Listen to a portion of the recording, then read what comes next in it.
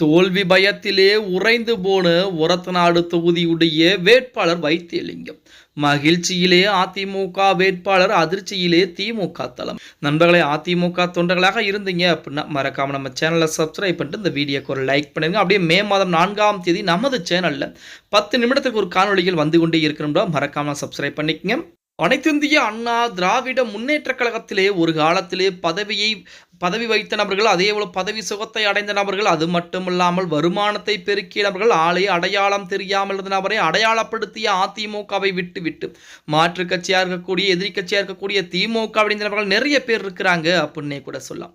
திமுக இருக்கக்கூடிய முக்கால்வாசி அமைச்சர்கள் ஒரு காலத்திலே அதிமுக இருந்தவர்கள் தான். சமீபத்தில் கூட ஓபிஎஸும் சரி, அதே போல வைத்தியலிங்கமும் சரி திமுகவில் இணைஞ்சிருந்தாங்க.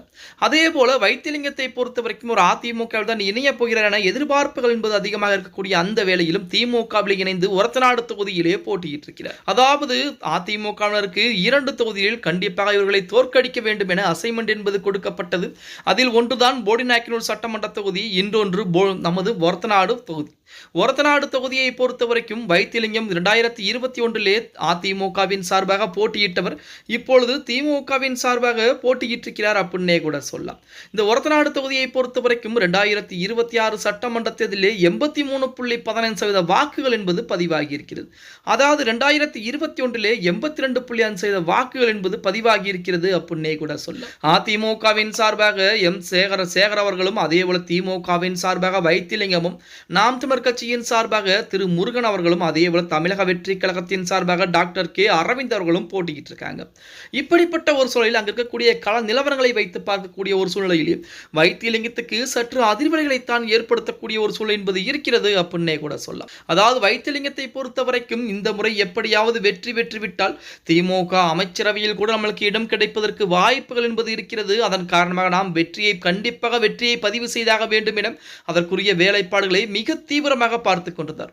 அதாவது மற்ற விஷயங்களையும் கூட மிக கருத்துமாக வேலைகளை பார்த்தார் வைத்தியலிங்கம் அப்படின்னே கூட சொல்லலாம். ஆனால் வைத்தியலிங்கத்திற்கு சொந்த தொகுதியிலே பல எதிர்ப்புகள் என்பது கிளம்பி இருந்தது அப்படிங்கிற தகவலை நீங்கள் அனைவரும் கேள்விப்பட்டிருப்பீங்க.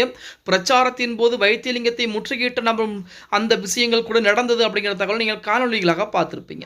அதன் அடிப்படையிலும் தற்போது வரக்கூடிய கள நிலவரங்கள் அடிப்படையிலுமே வைத்தியலிங்கம் சற்சாமியம் வெற்றி பெறுவதற்குரிய வாய்ப்பு, சாத்தியக்கூறுகள் என்பது குறைவாகத்தான் இருக்கிறது என இணையதளங்களிலே செய்திகள் என்பது உலா வந்து கொண்டிருக்கிறது அப்படின்னே கூட சொல்ல. அதாவது அதிமுகவுடைய வேட்பாளர் மா சேகர் அவர்களுக்கு அந்த தொகுதியிலே செல்வாக்குகள் என்பது அதிகரித்திருக்கிறது மட்டுமல்லாமல் திமுக இருக்கக்கூடிய நபர்களே அதிமுகவுடைய வேட்பாளர் மா சேகர் கட்சிக்கு மாறி இருப்பதுதான் அங்கே வைத்தியலிங்கத்துக்கு மிகப்பெரிய ஒரு அதிர்வுகளை ஏற்படுத்தி இருக்கிறது அப்படின்னு தான் சொல்லியாகணும். எது எப்படி இருந்தாலும் 2026 சட்டமன்ற தேர்தலில் ஒரத்தநாடு தொகுதியை பொறுத்த வரைக்கும் வெற்றி வாய்ப்பு என்பது யாருக்கு அப்படிங்கிறது மே மாதம் 4ஆம் தேதி மாலைக்குள் தெரிந்துவிடும் அப்படின்னு தான் சொல்லணும். ஓகே गाइस, வீடியோ பிடிச்சிருந்தா மறக்காம லைக் பண்ணுங்க. நம்ம போடக்கூடிய வீடியோ பத்தின கருத்துக்களை கீழே மறக்காம கமெண்ட் பாக்ஸ்ல பதிவு நண்பா.